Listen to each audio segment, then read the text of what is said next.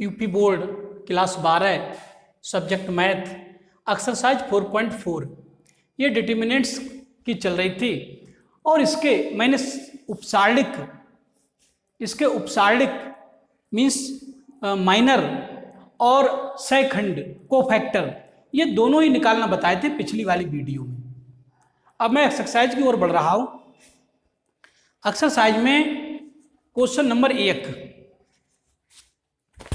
1 में कहा है, क्वेश्चन नंबर 1 में एक सारणिक दे रखा है 2 -4 0 3। तो ये सारणिक 2/2 का है।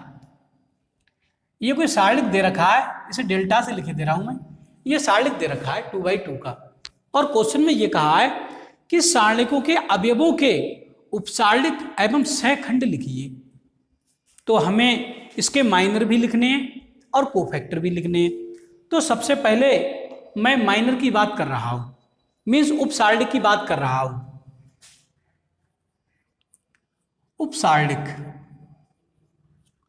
उपसारणिक के लिए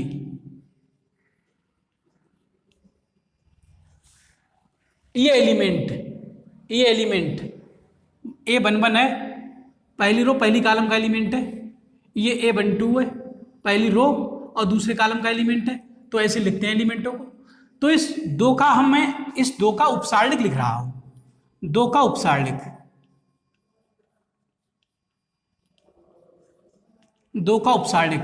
इसे कैपिटल उपसारणिक के लिए कैपिटल M से लिखते हैं, ये भी आप लोगों को पता है, कैपिटल M से। और ये एलिमेंट पहले रो पहले कॉलम का एलिमेंट है, तो कैपिटल M11 मीन्स पहली रो पहले कॉलम के एलिमेंट मीन्स 2 का उपसारणिक M11 क्या होगा, मैंने परिभाषा इसकी लिखाई थी।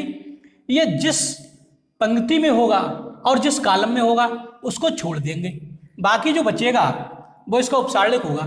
तो इस एलिमेंट की बात हो रही है, तो ये रो छोड़ देंगे, ये कॉलम छोड़ देंगे, तो केवल 3 ही तो रह जाएगा। ये 3, तो 3 का सारणिक क्या होगा, ये तो एक ही एलिमेंट है तो इसका मान 3 ही रहेगा। इसे मॉड मत समझना, ये सारणिक का चिन्ह लगा हुआ है तो एक अवयव है तो इसका मान अकेला 3 ही तो रहेगा। ऐसे ही -4 का उपसारणिक, अगर -4 के उपसारणिक की बात करें तो ये एलिमेंट उपसारणिक को कैपिटल M से लिखते हैं, कैपिटल M, और ये पहली रो और दूसरे कॉलम का एलिमेंट है तो इसे M12 से लिख देंगे, पहले रो दूसरे कॉलम का एलिमेंट है। तो इस एलिमेंट का हमें उपसारणिक चाहिए। तो ये जिस पंक्ति में उस पंक्ति को हटा देंगे, जिस कॉलम में उस कॉलम को हटा देंगे, जो बचेगा डिटर्मिनेंट में ये 0 बचेगा, तो इसका मान 0 ही तो रहेगा। तो इसका -4 का उपसारणिक ये 0 आया निकल के। अब मैं इसकी बात करूं, सभी एलिमेंटों का निकालना है। अब इसकी बात कर रहा हूं 0 का उपसारणिक। अगर 0 का उपसारणिक देखें तो इसे कैपिटल M से लिखेंगे, उपसारणिक माइनर के लिए माइनर कैपिटल M। और ये एलिमेंट दूसरी रो का है, पहले रो आता है, पहली दूसरी रो और पहला कॉलम, तो M21 से लिख देंगे। इसका मान कितना होगा, यही वाली पंक्ति हट जाएगी, यही वाला कॉलम हट जाएगा, तो केवल सारणिक में -4 ही तो बचेगा। तो एक ही एलिमेंट है ये, तो -4 ही तो वैल्यू रहेगी इसकी, -4 ही वैल्यू रहेगी। अब एक एलिमेंट ये और बचा है 3 का उपसारणिक,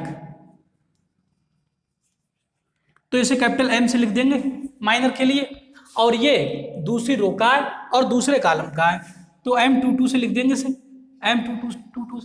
तो ये रो समाप्त हो जाएगी और यही कॉलम चला जाएगा, तो सारणिक में केवल एक एलिमेंट 2 बचेगा। तो सारणिक में एक एलिमेंट का मान तो वही होता है जो है। तो ये इसके उपसारणिक हो गए सभी अवयवों के। इसका भी निकाल दिया, इसका भी, इसका और इसका। अब क्वेश्चन में कहा है ये उपसारणिक तो निकल गए, अब क्वेश्चन में कहा है इसके सहखंड की बात करो। सहखंड, उपसारणिक की बात हो रही थी अभी, मीन्स माइनर की बात हो रही थी, इसे माइनर लिखते हैं MINOR माइनर। अब मैं इसके सहखंड की बात करूंगा। सहखंड के लिए इंग्लिश में कहते हैं कोफैक्टर। अब कोफैक्टर्स की बात करेंगे हम इसके, तो जब कोफैक्टर्स की बात करेंगे, कोफैक्टर के लिए कैपिटल अक्षर से लिखा जाता है, ए से, मैंने ए से बताया था। तो पहले A11, ए वन वन ए वन वन ए वन वन का होता है -1 की पावर आर प्लस सी, ये आर होता है ये सी होता है, तो 1 + 1 और इसी का माइनर एम वन वन, इसी अवयव का माइनर एम वन वन, यही तो लिखवाया था। तो ये होता है, तो यहां से इसका मान कितना आ जाएगा निकल के, इसका -1 की पावर ये तो 2 हो जाएगा, और इसका माइनर एम वन वन लिख चुके हैं हम, एम वन वन लिख चुके हैं, 3 इसका मान आया था 3। तो इस प्रकार हमने देखा माइनस और माइनस प्लस हो जाएगा, 1 मिलेगा, 3 एकम 3। तो इसका कोफैक्टर ए वन वन का कोफैक्टर प्लस के 3 आया निकल के, ए वन वन। अब मैं ए वन टू भी निकाल सकता था, जैसे ए वन वन यहाँ पर ए वन टू भी निकाल सकता था। तो ए वन टू क्या है, ये 2 और 1 3, तो -1 की पावर 2 + 1, यही तो लिखा जाएगा, 2 + 1 3 आएगी घात, और इसी का माइनर एम वन टू, ये माइनर इसका, तो इसका चिन्ह तो निगेटिव हो जाएगा, ये माइनस की 3 बार गुणा होगी तो माइनस आ जाएगा, और माइनर हमें पता है, एम वन टू पता है 0, तो ये 0 आएगा निकल के।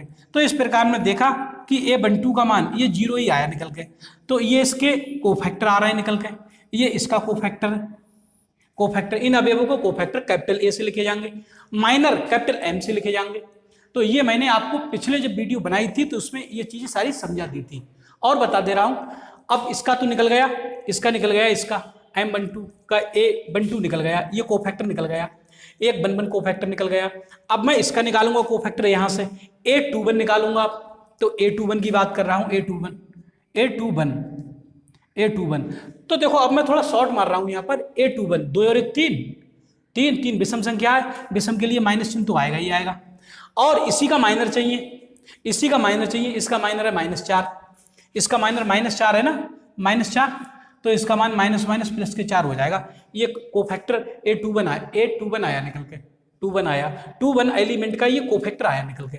तो ये बात समझ में आ गई। अब मैं इसका निकालूंगा, इसका 3 का मतलब M22 था ये माइनर, इसका कोफैक्टर चाहिए, तो A22 से लिखा जाएगा वो, A22 का मान कितना होगा, सुनो, 2 2 4 एक सम संख्या, सम के लिए प्लस आएगा। अब मैं -1 की पावर नहीं लिख रहा हूं, क्योंकि -1 की पावर वही तो 2 + 4 होगी, तो -1 की जब 4 बार गुणा होगी तो वो तो प्लस ही हो जाएगा। तो इसलिए मैं यहीं से जोड़ देता हूं, 2 2 4 एक सम संख्या है, तो सम के लिए प्लस बन जाएगा। अब मैंने माइनस का चक्कर खत्म किया, वो अभी तक माइनस चल रहा था। तो अब आप लोग भी यहीं से देख लिया करो, -1 क्यों लिखोगे, 2 और 2 4 सम संख्या, सम के लिए प्लस चिन्ह लगाओ। अब इसी का माइनर लिखा जाएगा, इसका माइनर पता है 2 है, तो इसका मान प्लस के 2 आ जाएगा निकल। तो ये इसके कोफैक्टर निकल के आ गए, ये A22, यहाँ से A11 A12 A21 और यहाँ से A22, तो और एक ये A21, तो ये इनके कोफैक्टर निकल के आ गए, और ये इसके माइनर निकल के आ गए। अब मैं एक क्वेश्चन 3/3 का जब कराऊंगा तो वहां से आपको और अच्छा समझ में आएगा। फिलहाल तो यहाँ भी मैंने काफ़ी समझाने का प्रयास किया है, और आप लोगों की ये चीज़ समझ में आ जानी चाहिए। तो इस वीडियो में इतना ही। वीडियो को लाइक करें, चैनल को सब्सक्राइब करें, और मेरी वीडियो को यार दोस्तों में भी शेयर कर दिया करें, जिससे वो गरीब बच्चे भी इस सस्ती, मुफ्त और निःशुल्क शिक्षा का लाभ ले सकें। और यदि इसी तरीके से आप लोग पढ़ते रहे तो बहुत ही कम समय में एक अच्छे गणित छात्र के रूप में जाने जाओगे। इस वीडियो में इतना ही, धन्यवाद।